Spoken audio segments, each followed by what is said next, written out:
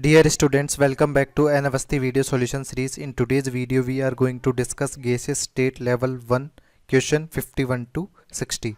Let's start from question 51. Question 51 हमें क्या बोल रहा है?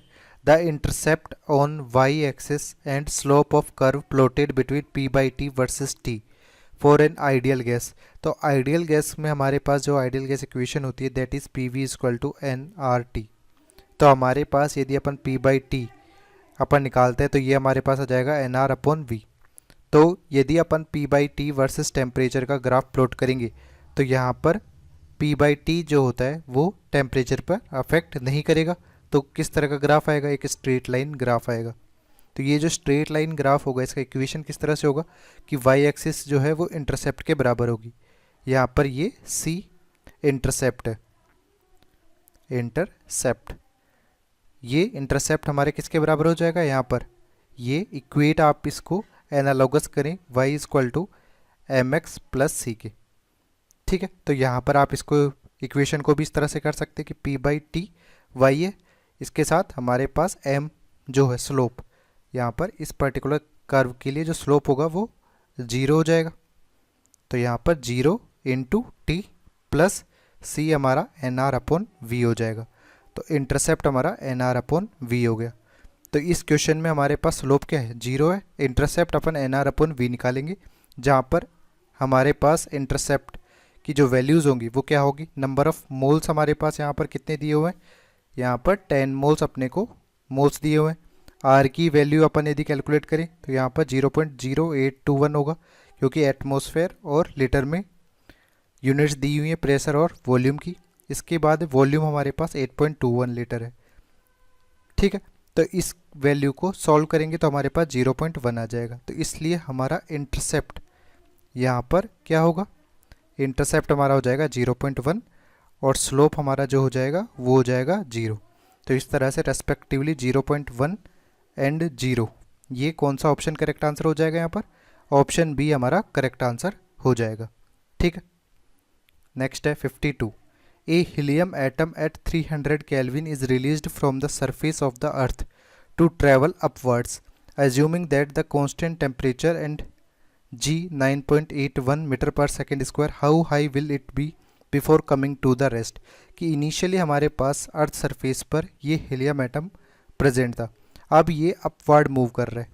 तो इनिशियली अपवर्ड मूव करने के लिए इसके पास क्या होगा? काइनेटिक एनर्जी होगा, और ये किसी स्टेट पे जाके क्या हो जाएगा? स्टैटिक हो जाएगा, रेस्ट कंडीशन में आ जाएगा। दैट मीन्स वहाँ पर वेलोसिटी 0 हो जाएगी, यानी काइनेटिक एनर्जी क्या हो जाएगी? 0 हो जाएगी।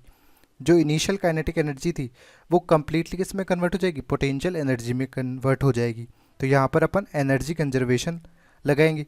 अब पर्टिकुलर इस हीलियम एटम का इनिशियली जो काइनेटिक एनर्जी होगी उसे आप किस तरह से रिप्रेजेंट करते हैं कि यहाँ पर जो काइनेटिक एनर्जी होगी वो होगी 3/2 nRT। ठीक है, तो इसे 3/2 nRT को आप किस तरह से लिख सकते हैं? इसको आप इस तरह से भी लिख सकते हैं 3/2 KB into T, where KB is the Boltzmann constant, जिसकी वैल्यू हमारे पास होती है 1.38 इंटू 10⁻23। ठीक है, ये हमारा बोल्ट्जमैन कांस्टेंट है, बोल्ट्जमैन कांस्टेंट। ठीक है, टेम्परेचर यहाँ पर अपने को दिया हुआ है कितना? 300 केल्विन।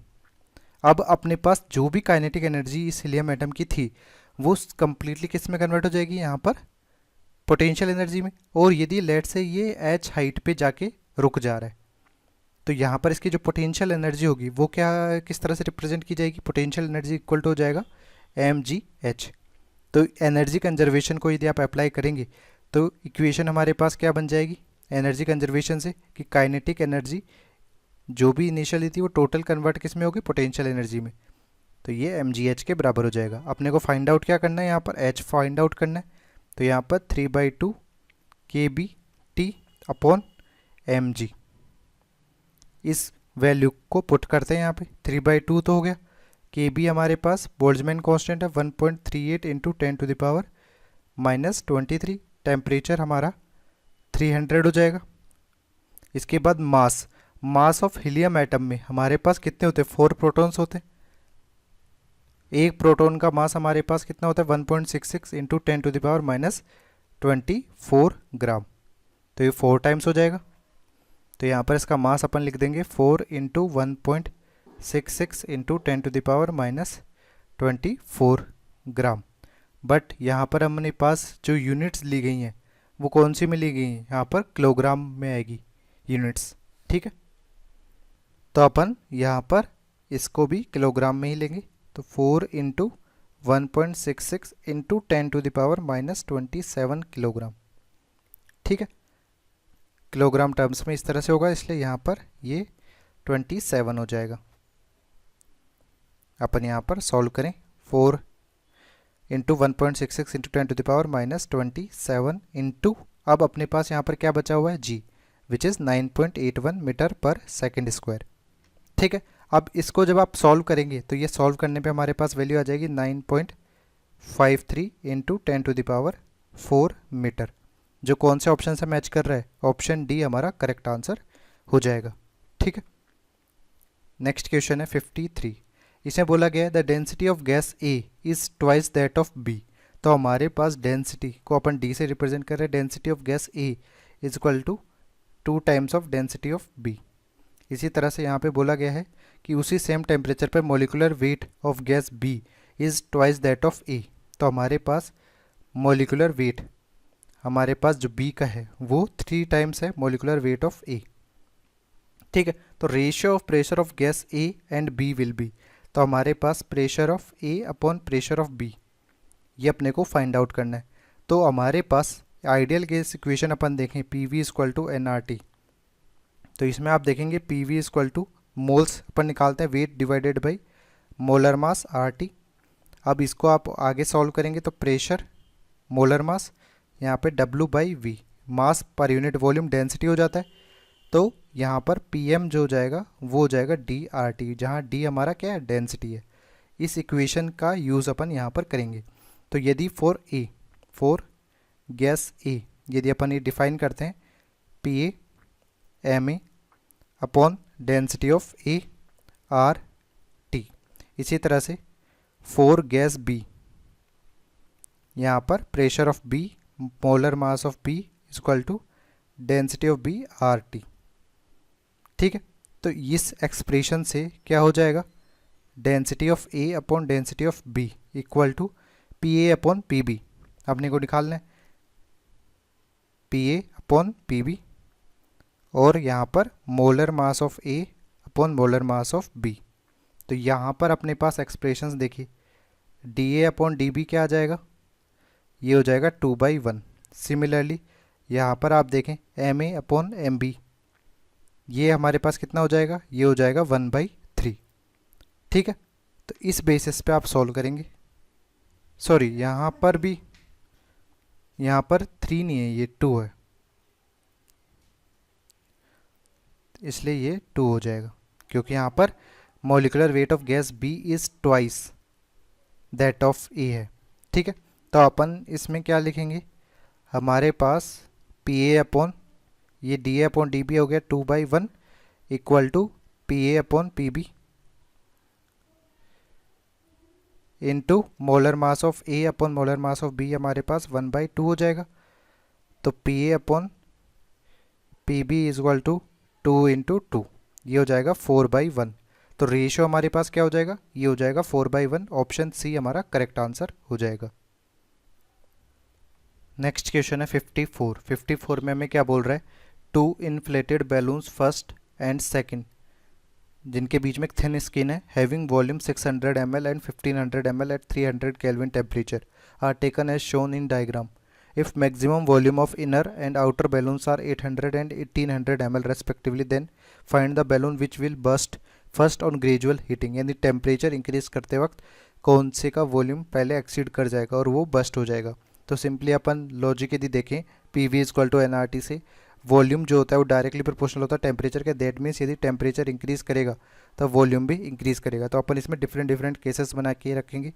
लेट से अपन मान लेते हैं केस फर्स्ट में अपन सपोज कर लेते हैं कि सपोज हमारे पास इनर बैलून जो है, इनर बैलून बस्ट फर्स्ट, कि वो पहले बस्ट हो जाएगा। तो किस टेम्परेचर पर वो बस्ट होगा ये अपने को देखना है। वॉल्यूम डायरेक्टली प्रोपोर्शनल टेम्परेचर का, तो इसलिए हमारे पास V1 upon V2 equal to हो जाएगा T1 अपॉन T2। ठीक है, इनिशियली वॉल्यूम जो हमारा दिया हुआ है वो 600 ml है और मैक्सिमम इसका जो वॉल्यूम जा सकता है वो 800 ml है। ठीक है, इनिशियल टेम्परेचर जो है इसका कितना दिया हुआ है 300 केल्विन, और T2 अपने को यहाँ पर फाइंड आउट करना है कि किस टेम्परेचर तक इसको हीट करें जब ये अपना मैक्सिमम वॉल्यूम अटेन कर ले और उसके बाद बस्ट हो जाए। तो अपन यहाँ पर T2 कैलकुलेट करेंगे। T2 हमारे पास हो जाएगा 300 इंटू 800 अपॉन 600। ठीक है, इस तरह से आप कैलकुलेट करेंगे तो ये वैल्यू हो जाएगी 400 केल्विन। ये अपने टेम्परेचर निकाला है यदि हमारा इनर बैलून जब बस्ट होगा, तो 400 केल्विन टेम्परेचर तक हीट करेंगे तो इनर बैलून बस्ट हो सकता है। बट केस 2 यदि अपन निकालें, केस 2 में अपन क्या कर लेते हैं, suppose outer balloon burst first, कि वो पहले हमारे पास फट जाए। ठीक है, तो इसके लिए भी अपन यही इक्वेशन लगाएंगे, V1 upon V2 equal to T1 upon T2। तो अपने पास यहाँ पर इक्वेशन में पुट करिए आप वैल्यूज़ को। यहाँ पर इनिशियली वॉल्यूम हमारे पास 1500 दिया हुआ है, मैक्सिमम ये 1800 जा सकता है। इनिशियल टेम्परेचर हमारे पास कितना दिया हुआ है, यहाँ पर इनिशियल टेम्परेचर 300 दिया हुआ है और T2 अपने को फाइंड आउट करना है। तो T2 आप जब यहाँ पे फाइंड आउट करेंगे तो ये आएगा 360 केल्विन। तो यहाँ पर हमारे पास दो ऑब्जर्वेशंस आए। एक ऑब्जर्वेशन ये आया कि हमारे पास आउटर बैलून को बस्ट करने के लिए जो टेम्परेचर है वो 360 केल्विन ही रिक्वायर्ड है और इनर बैलून को बस्ट करने के लिए टेम्परेचर 400 केल्विन रिक्वायर्ड है। तो हमारे पास 300 केल्विन से जब आप टेम्परेचर बढ़ाते चलेंगे तो जैसे ही 360 केल्विन टेम्परेचर पहुँचेगा तो हमारा आउटर बैलून बस्ट हो जाएगा। फिर उसके बाद 400 केल्विन टेम्परेचर पर इनर बैलून बस्ट होगा। तो सबसे पहले हमारे पास कौन सा बैलून बस्ट हो रहा है, आउटर बैलून। तो ऑप्शन बी हमारा यहाँ पर करेक्ट आंसर हो जाएगा। ठीक, नेक्स्ट क्वेश्चन है 55। इसमें बोला गया an open flask containing air is heated from 300 kelvin to 500 kelvin, what percentage of air will be escaped to the atmosphere if pressure is keeping constant. तो हमारे पास अपन ने क्या किया, एक फ्लास्क ले रखा है ओपन फ्लास्क, उसमें कोई भी एयर फिलअप्ड है। उस एयर को अपन ने इनिशियली टेम्परेचर 300 केल्विन था, T1 हमारे पास 300 केल्विन था, उसको हीटअप किया तो हमारे पास क्या होगा, वॉल्यूम इंक्रीज करेगा बिकॉज वॉल्यूम डायरेक्टली प्रोपोर्शनल होता है टेम्परेचर की। तो इसका वॉल्यूम लेट से लिमिटेड था, तो इसका वॉल्यूम जैसे ही थोड़ा सा एस्केप किया, इनिशियली इसका वॉल्यूम V2 था बट वो हमारे पास किस पे चला गया, फाइनल वॉल्यूम V2 पे चला गया। तो अपन एयर जो एस्केप्ड हुई है, वॉल्यूम ऑफ एयर एस्केप्ड जो इस पर्टिकुलर कंटेनर में नहीं आ पाई, वो कैसे हो जाएगी, फाइनल वॉल्यूम में से आप इनिशियल वॉल्यूम को माइनस कर देंगे क्योंकि ये तो कंस्टेंट है फ्लास्क का। उसके बाहर जो भी वॉल्यूम एडिशनल हुआ होगा V2 में वो एयर एस्केप्ड का हुआ होगा। तो यहाँ पर अपन को VA एस्केप निकाल कर उसका परसेंटेज निकाल लेना है। तो सबसे पहले अपन कैलकुलेट करते हैं इसी लॉजिक से कि वो वॉल्यूम डायरेक्टली प्रोपोर्शनल होता है टेम्परेचर के, यानी V1 upon V2 upon T1 upon T2। तो इस एक्सप्रेशन में अपन ने वॉल्यूम लिया है कितना, यहाँ पर इनिशियली वॉल्यूम के बारे में कुछ दिया हुआ है नहीं, इनिशियली वॉल्यूम अपन मान लेते हैं लेट से V, ये V वॉल्यूम है। इन टर्म्स ऑफ V2 भी अपन V के टर्म्स में निकालेंगे, या V1 या आप रख लीजिए, कोई प्रॉब्लम नहीं है। तो हमारे पास यहाँ पर T1 अपॉन T2 निकाल लेंगे, ये हो जाएगा 300 केल्विन अपॉन 500 केल्विन। तो V2 यदि अपन निकालते हैं तो ये हो जाएगा 5/3 V1, यानी फाइनल वॉल्यूम जो है वो 5/3 V1 हो जाएगा। तो वॉल्यूम ऑफ एस्केप्ड हमारे पास कितना हो जाएगा, 5/3 V1 माइनस V1। तो ये हो जाएगा 5/3 माइनस 1 V1, तो ये हो जाएगा 2/3 V1। तो वॉल्यूम ऑफ एयर एस्केप्ड जो हो जाएगा यहाँ पर वो 2/3 V1 हो जाएगा। ठीक है, अब ये हमारे पास परसेंटेज निकालना है, तो फाइनल वॉल्यूम के परसेंटेज अपन निकालें। यहाँ पर परसेंटेज ऑफ एयर एस्केप्ड जो फाइनल वॉल्यूम है उसके केस में, तो यहाँ पे 2/3 V1 ये volume of air escaped divided by total volume. तो फाइनल कंडीशन में टोटल वॉल्यूम हमारा 5/3 V1 है, 5/3 V1 इंटू 100। तो जब आप इसको सॉल्व करेंगे तो ये वैल्यू हमारे पास कितनी आ जाएगी, 40। तो यहाँ पर वॉल्यूम ऑफ एयर एस्केप्ड जो हो जाएगा वो 40% हो जाएगा। तो ऑप्शन बी हमारा करेक्ट आंसर होगा। ठीक है, नेक्स्ट क्वेश्चन है 56। इसमें बोला गया है the value of universal gas constant R depends on. तो हमारे पास जो आर की वैल्यूज़ होती हैं, आप P V equal to N R T में देखें, P V equal to N R T, तो यहाँ पर आर जो होगा वो होता है P V upon N T. अब यहाँ पर एन नंबर ऑफ मोल्स की जो यूनिट होती है वो हमेशा मोल ही होती है, और टेम्परेचर की यूनिट भी अपन केल्विन में ही लेते हैं, बट प्रेशर और वॉल्यूम की यूनिट्स चेंज हो सकती है। तो ये जो आर है ये डिपेंड्स करता है, depends on units of pressure and volume. जैसे कि यदि प्रेशर को आप एटमॉस्फेरिक प्रेशर में ले लें और वॉल्यूम को लीटर में ले लें, तो हमारे पास आर की जो वैल्यू होती है वो कितनी होती है, 0.0821 लीटर एटमॉस्फेयर प्रति मोल प्रति केल्विन। इसी तरह से यदि आप प्रेशर को न्यूटन पर मीटर स्क्वायर और वॉल्यूम को मीटर क्यूब में लेते हैं, तो आर की वैल्यू हमारे पास कितनी हो जाएगी, ये हो जाएगी 8.314 जूल प्रति मोल प्रति केल्विन। तो डिफरेंट आर वैल्यूज़ आएंगी यदि अपन प्रेशर और वॉल्यूम की क्या यूनिट चेंज कर देते हैं। तो यहाँ पर हमारे पास ये किस किस के यूनिट पे डिपेंड करेगा, वॉल्यूम और प्रेशर के। तो 56 का हमारा आंसर क्या हो जाएगा, ऑप्शन डी हमारा करेक्ट आंसर हो जाएगा।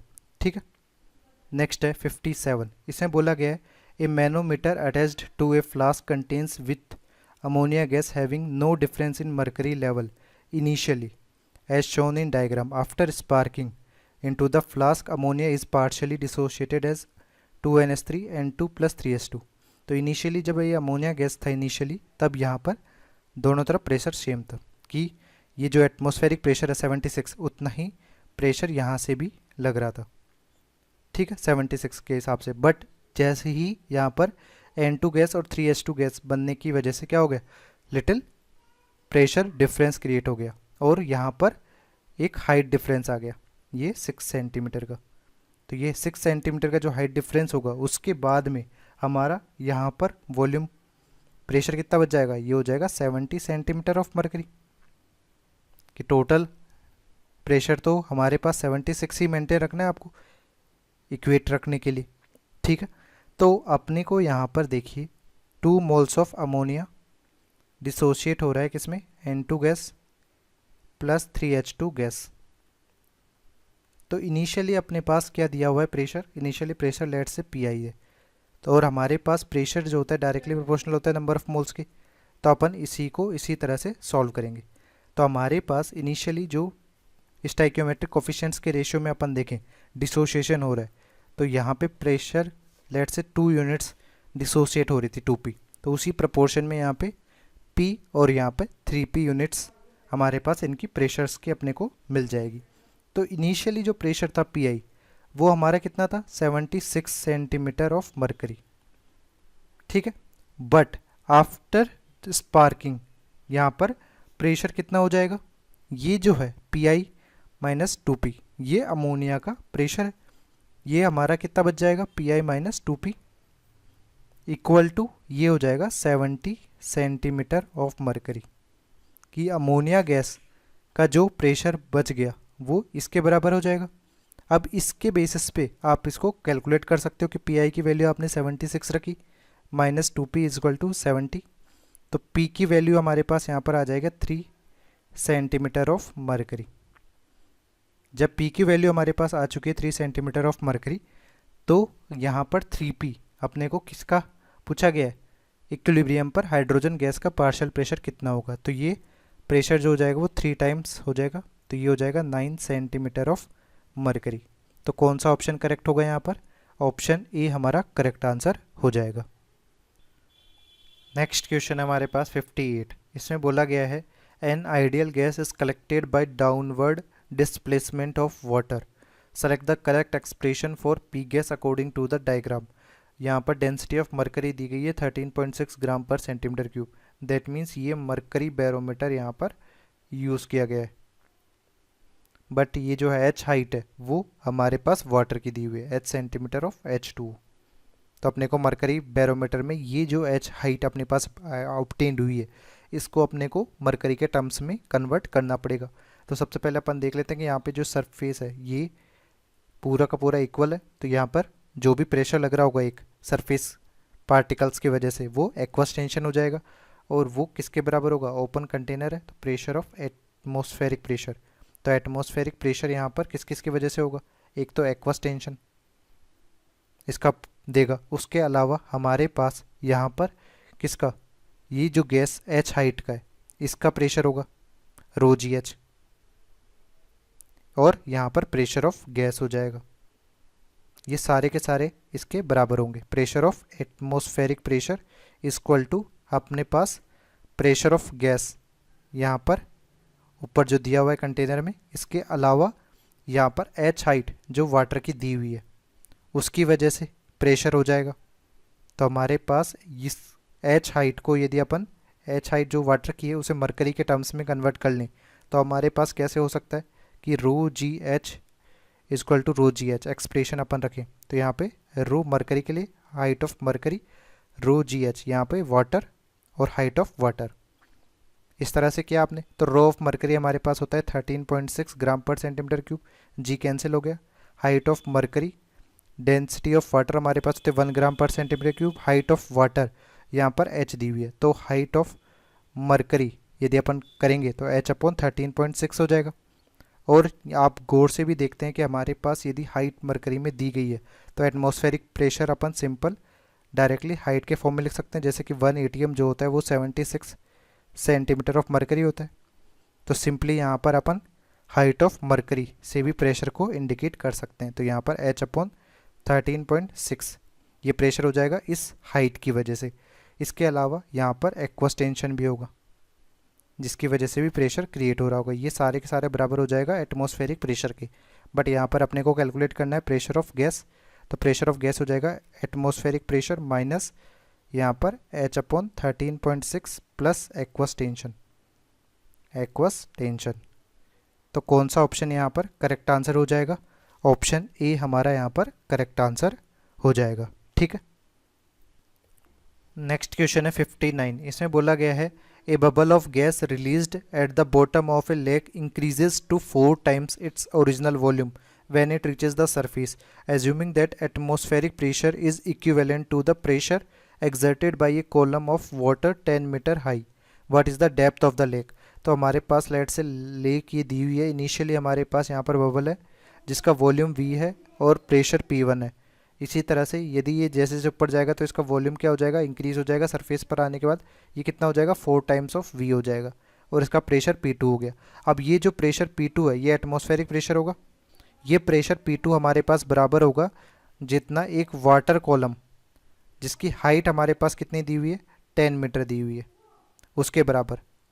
तो हमारे पास यहाँ पर जो प्रेशर होगा ये P2 होगा। P2 अपन किस तरह से निकालेंगे, रो जी एच, हाइट हमारे पास 10 दी हुई है तो 10 रो जी, रो हमारे पास डेंसिटी ऑफ वाटर है जो कि 1 ग्राम पर सेंटीमीटर क्यूब होती है, बट वो कैंसिल हो जाएगी इसलिए अपन अभी ऐसा कैसा ही रखेंगे इसको। अब यहाँ पर इक्वेशन अपन क्या लगाएंगे, इस पूरे में अपने को हाइट ये एच फाइंड आउट करनी है लेक की। तो अपने पास सबसे पहले तो क्या हो जाएगा, प्रेशर जो होता है वो इन्वर्सली प्रोपोर्शनल होता है वॉल्यूम के अकॉर्डिंग टू बॉयल्स लॉ। तो इस बेसिस पे अपने पास P1 V1 equal to P2 V2 expression लगेगा। इनिशियली प्रेशर हमारे पास लेट से P1 है, V1 हमारे पास वॉल्यूम है, P2 हमारे पास 10 रो जी दिया हुआ है और V2 हमारे पास 4V दिया हुआ है, 4V1। ठीक है, तो अपने पास यहाँ पर जो P1 हो जाएगा वो कितना हो जाएगा, ये हो जाएगा 40 रो जी। ठीक है, अब यहाँ पर हमारे पास जो ये लेक है, इनिशियली बबल हमारे पास सरफेस पे था यानी इस वाटर में इनसाइड था, फिर सरफेस पे चला गया, तो प्रेशर डिफरेंस जो क्रिएट हुआ उससे अपन हाइट h निकाल सकते हैं। तो यहाँ पर ये डेल्टा p यदि अपन डिफाइन करें इस पर्टिकुलर ट्रांजिशन के केस में तो वो रो जी एच होगा, जहाँ पर h जो होगी वो हाइट होगी लेक की, और डेल्टा p हमारे पास हो जाएगा P1 माइनस P2।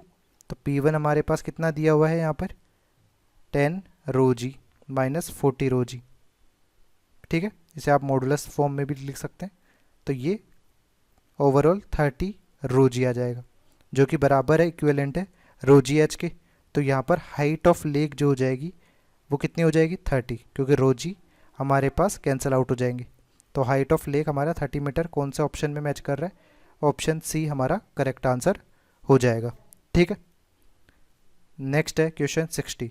इसमें बोला गया है calculate the number of moles of gas present in the container of volume 10 litre at 300 kelvin if the manometer containing glycerine shows 5 metre difference in level as shown diagram.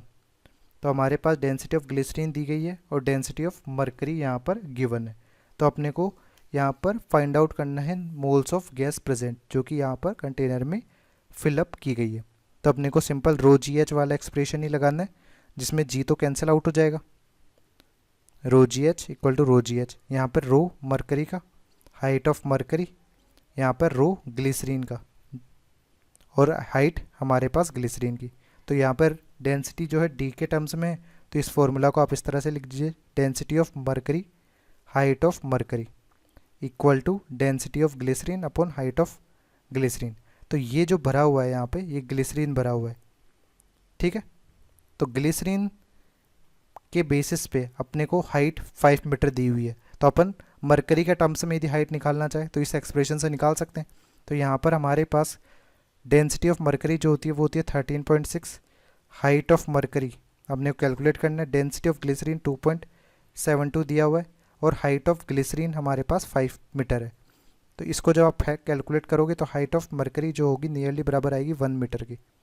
अब height of mercury यदि हमारे पास आ चुका है जिसे आप 1000 mm भी कर सकते हैं, और प्रेशर को यदि आप देखें तो 1 एटमॉस्फेरिक प्रेशर को आप मरकरी के हाइट के टर्म्स में लिख सकते हैं, हमारे पास 760 mm ऑफ Hg।